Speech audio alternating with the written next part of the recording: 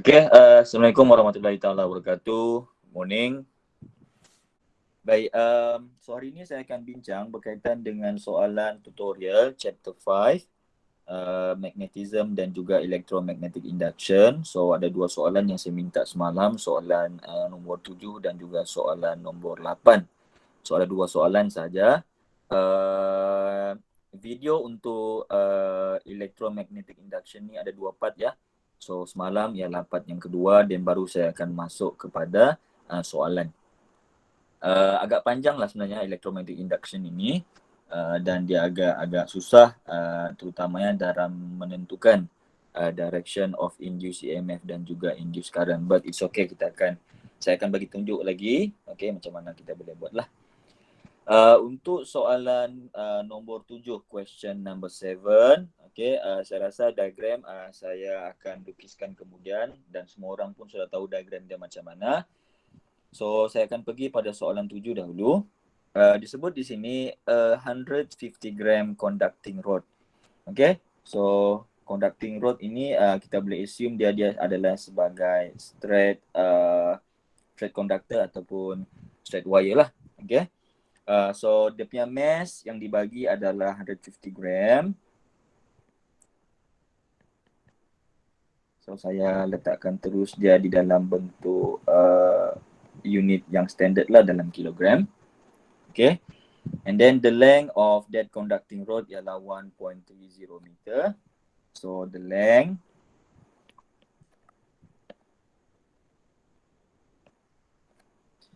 is free to slide downward between two vertical rails without friction. So dia akan turun ke bawah macam dalam diagram dalam soalan. The conducting rod move with 1.2 meter per second. So yang dibagi ini adalah dia punya speed lah, which is 1.2 meter per second. The rail is connected to 8.0 ohm resistor. So kita ada resistor juga, which is value dia adalah 8.0 ohm. And then the entire apparatus is placed in 0.45 Tesla uniform magnetic field. So di sini disebut dia adalah uniform. So bila uniform bermaksud kita punya magnetic field ini adalah dalam keadaan yang fix, dia tidak berubah lah. So di sini magnetic field B dalam soalan yang dia provide adalah sebanyak 0.45 Tesla lah. Baik, soalan A dia tanya, what is the induced EMF produced? So since sekarang konduktor yang kita gunakan adalah jenis straight wire ataupun straight conductor. Straight wire saya tulis sini. Induced EMF. So induced EMF ialah sama dengan length, velocity ataupun speed darab dengan magnetic field B and then sin theta. So ini adalah equation yang memang kita akan gunakan kalau dia melibatkan straight wire lah. So the rest kita just masukkan saja, tapi di sini dia ada masalah sebab di dalam soalan dia tidak mention. Dia mention length ada, velocity ataupun speed ada, the magnitude of magnetic field juga ada, which is 0.45 Tesla. Tetapi dia tidak mention angle theta. So what is angle theta? Angle theta adalah angle between velocity and also kita punya magnetic field B. So kita kena tahulah. So untuk cari value ini, kita kena refer balik kepada diagram. So kalau kita tengok kepada diagram, magnetic field yang dibagi adalah magnetic field arah dia adalah out of the page. So bila out of the page bermaksud dia adalah dot lah. So kita boleh letak sini, magnetic field adalah out of the page. Kemudian kita punya wire, so straight conductor saya sekarang adalah melintang. Kemudian dia akan, kita akan biarkan dia drop, secara free. So that will be the velocity ataupun dia punya speed lah.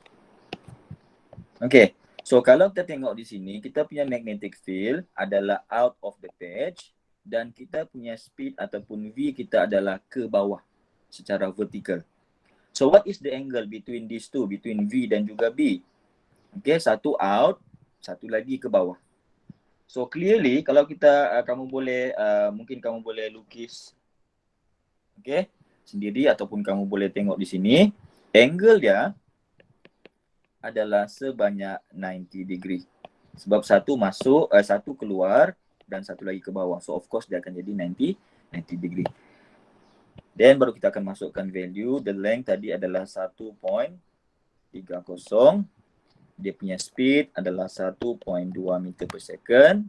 Value of magnetic field adalah 0.45 Tesla. And then kita ada sin. Theta just now adalah 90 degree. Okay. So bila saya kira di sana, saya akan dapat nilai induced EMF ialah sebanyak 0.702 volt. Okay, again saya sebutkan sebelum ini, induced EMF ini, EMF, dia lebih kurang sama macam kita punya potential difference delta V. Okay, so that's why lah kenapa unit dia adalah sama, which is adalah volt. So itu adalah soalan A untuk mencari induced EMF. So part ini yang payah sedikit ialah untuk tentukan angle tadilah, which is sebenarnya kita boleh tengok pada diagram ataupun kita boleh lukis, dan kamu boleh figure out angle dia adalah 90 degree. So itu soalan nombor ataupun question 7A. Kemudian kita proceed dengan question 7B.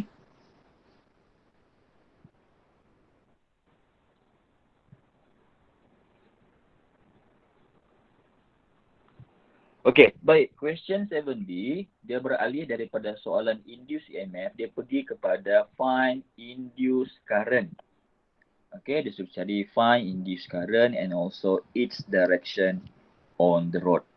Okey, so sekarang ini saya belum tunjukkan direction dahulu. Okey, saya cari dahulu dia punya value lah. Okey, so induced EMF, kalau kita apply equation daripada resistance, okay, dia adalah induced EMF sama dengan induced current darab dengan resistance R lah. So ini lebih kurang sama macam, kita tulis sini adalah delta V sama dengan I darab dengan R lah, which is daripada chapter 3. Okay, so benda yang sama lah. So tadi saya dapat nilai saya punya induced EMF adalah sebanyak 0.702. And then saya punya induced current yang saya mau cari, nilai resistance yang saya dibagi dalam soalan adalah sebanyak 8 ohm. So daripada sana saya boleh kira induced current adalah sebanyak 0.088 unit. Okay, daripada chapter 3 dia adalah ampere. Okay, so far untuk soalan A dan soalan B kita just mengira direct menggunakan equation, which is untuk mencari induced EMF dan juga induced current. But soalan bila dia beralih kepada cari direction, ini yang akan kita apply berkaitan dengan Faraday's law dan juga Lenz law, terutamanya Lenz law lah. Okay. Baik, so di sini saya letakkan dia punya lukisan. So sekarang ini kita perlu cari direction dia dekat road lah. Okay, dekat road. So this is the road. Okay. So apa yang akan berlaku? This road kita akan biarkan dia free fall. Okay, so dia akan slide down ke bawah, downward secara vertical. Okay, so dia akan ke bawah dan dia ada speed lah. Okay, now as our road dia ke bawah, then what happen is dia akan tengok balik dia punya area. Now the area yang saya maksudkan ialah area yang ini, which is kita punya closed loop ini. So as the road is moving down ataupun dia ke bawah, so area ini sebenarnya dia semakin increase as your wire ni dia ke bawah. Okay, so from dia saya boleh letakkan bahawa area as kita punya ni ke bawah, area akan menjadi increase. Okay. So area akan increase. So area adalah one of the variable yang boleh change kita punya magnetic flux. As we know that magnetic flux is equal to B and then area and then we have cos theta. So area is one of the variable yang boleh tukar lah. So when your area is increase, therefore kita punya magnetic flux pun akan increase. Okay. So sampai situ kita tahu dia akan increase. So when there is change in magnetic flux, then apa akan berlaku? Kita akan generate induced EMF. That is based on Faraday's law. Okay, Faraday's law sebut kalau ada perubahan dalam kita punya magnetic flux, so kita akan hasilkan induced EMF. Tetapi kita tidak akan dapat direction of induced EMF terus. Okay, so that's why lah kenapa kita perlu cari direction of magnetic field B induced dahulu. So based on Lenz's law, disebut kalau kita punya flux itu increase, bermaksud direction untuk magnetic field induced dan juga yang original yang kita sediakan dalam soalan ataupun dalam soalan ini, dia mestilah opposite in direction. Opposite direction lah. So sekarang ini, kalau kita refer balik dekat soalan, kita punya direction of magnetic field kita sekarang ialah out of the page, this one. So saya letakkan dia sebagai P titik. So saya mention di sini, magnetic field, okay, ialah out of the page. So, since kita tahu sekarang bahawa direction of induced magnetic field B dan juga B yang saya lukiskan tadi adalah opposite direction, kalau B yang asal ialah out, bermaksud kita punya direction of induced magnetic field BI, dia mesti opposite, which is dia akan jadi into the page. Okay, so dia akan jadi into the page. So bila kita tahu dia adalah into the page, then barulah kita akan recall menggunakan kita punya, ini kita panggil sebagai right hand grip rule number 2. Okay, di mana kita punya thumb akan tunjukkan direction of induced magnetic field B ke mana? Into. Okay, so which is dia akan ke into lah. And then kita punya finger akan bagi tahu direction of induced current. So di sini kita akan nampak dia akan lalu pada satu closed loop dan dia punya direction adalah clockwise. So again tengok balik di mana kita punya closed loop. So over here is our closed loop. Okay. So kita kena lukis direction of induced current di sini adalah secara clockwise lah. So which mean dia akan pergi ke kanan, ke bawah, on the road pula. Oh, okay, betul. Dia akan ke kiri dan dia akan ke atas lah. And don't forget untuk label dia sebagai induced current. Okay.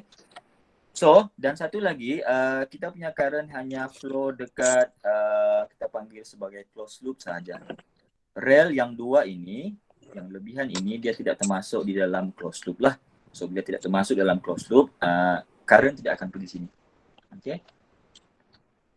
So itu adalah question number 7. Okay, saya tunjukkan macam mana kita tentukan kita punya change in magnetic flux, kemudian kita tentukan direction of induced magnetic field, gunakan right hand grip rule untuk cari direction of induced current. So dia agak banyak sebenarnya step, tapi by time bila kamu tengok soalan sebenarnya kamu boleh tahu sudah macam mana untuk tentukan direction of induced current. Okay. So itu adalah question number 7.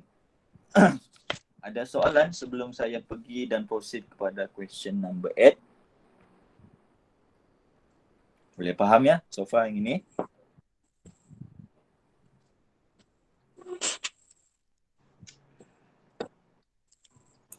Boleh, sir. Okay. Boleh, sir. Alright, thank you. Then kita proceed dengan question number 8 lah. Okay, question number 8. Dia tidak ada A, B dan juga soalan C. Dia just single question saja. Tapi soalan dia agak panjang sebenarnya. Okay.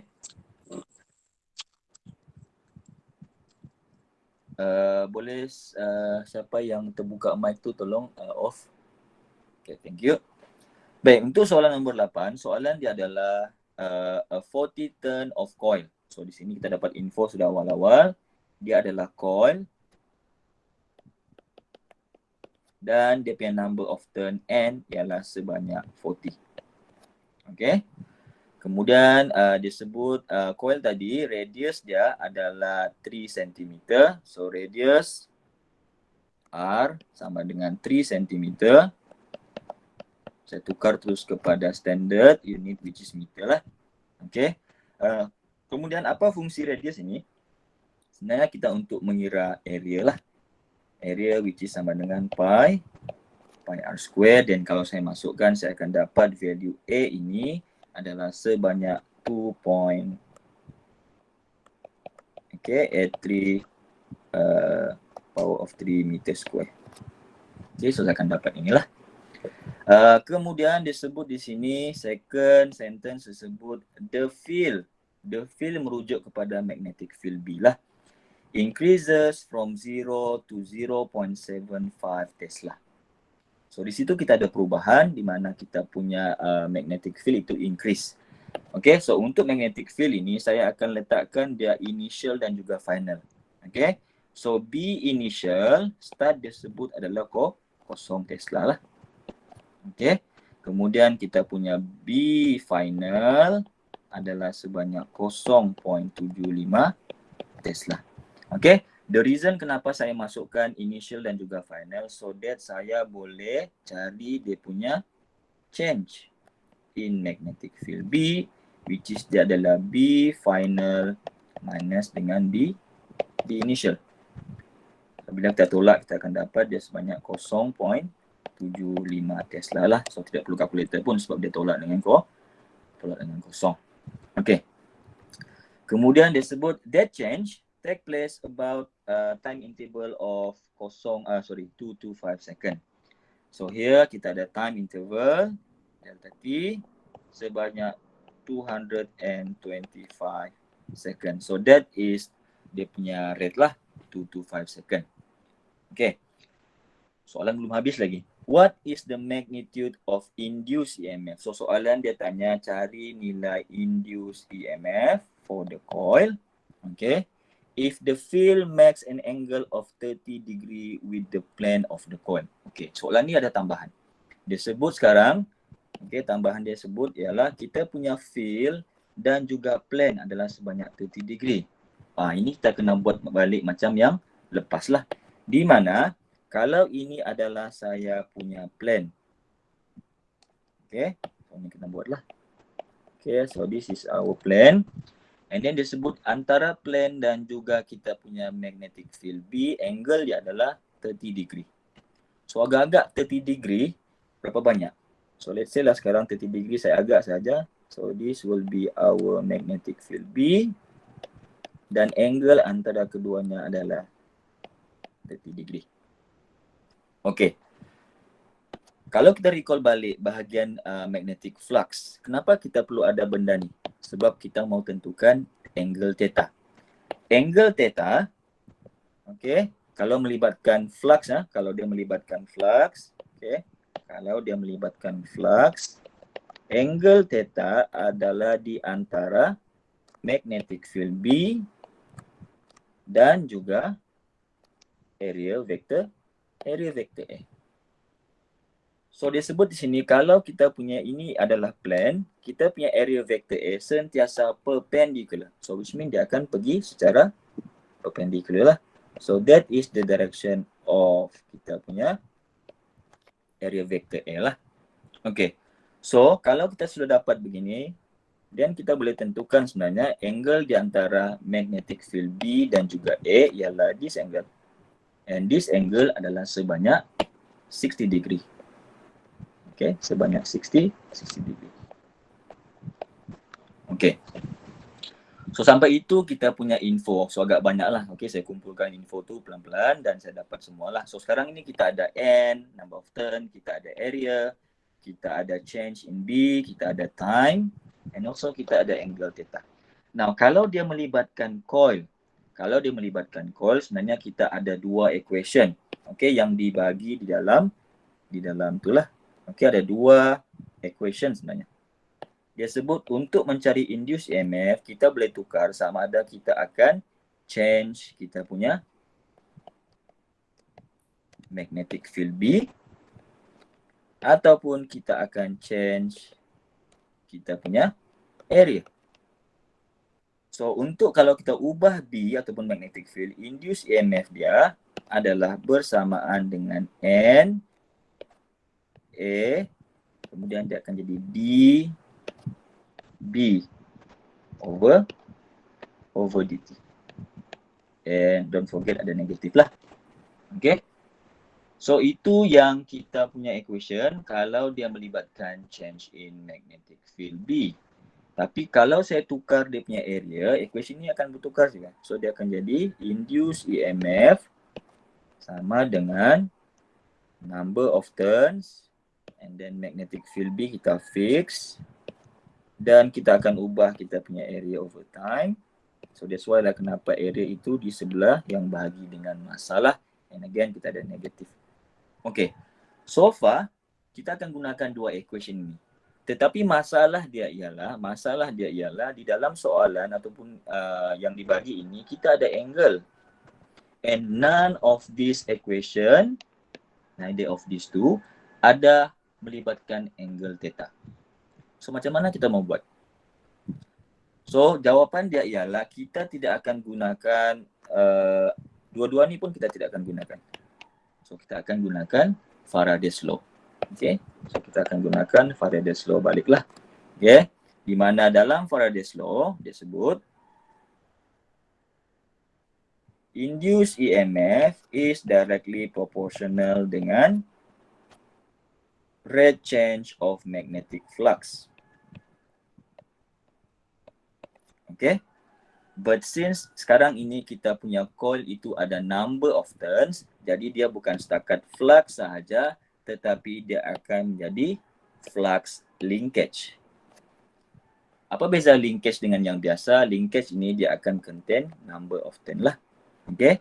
So di sana kalau saya saya proceed.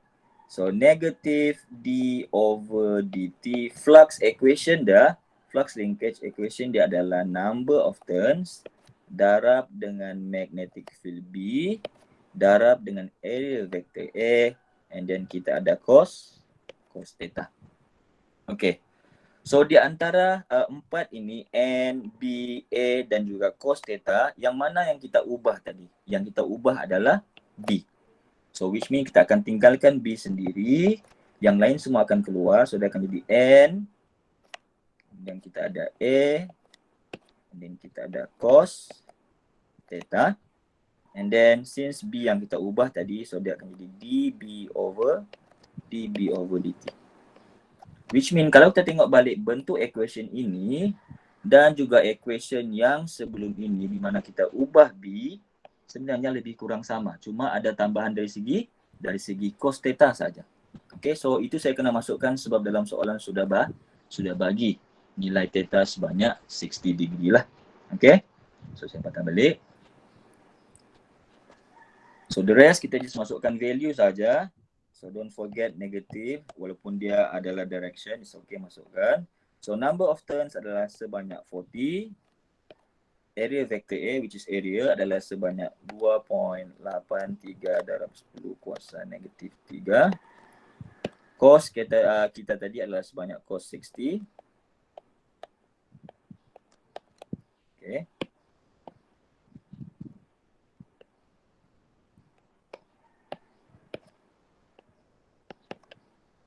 Kemudian sini change in B tadi adalah sebanyak 0.75. Okay, so simple 0.75 saja. And then time kita adalah sebanyak 225 second. Okay. So bila saya kira saya akan dapat induced EMF bagi soalan nombor 8 adalah bersamaan dengan negatif 1.88 times 10 to the power of negative 4 volt. Okay. So di sini kita ada negatif. Dalam final answer dia sebut hanya value 1.88 lah. Eksponen negatif 4. Sebab jawapan skema tu dia bagi tahu hanyalah magnitude saja. And of course this negative merujuk kepada direction lah. Okay. Cuma kali ini saya just masukkan saja negatif tu, saya malas mau keluarkan. And kalau kamu jawab dalam bentuk ini pun masih lagi diterima lah sebagai final answer. Okay.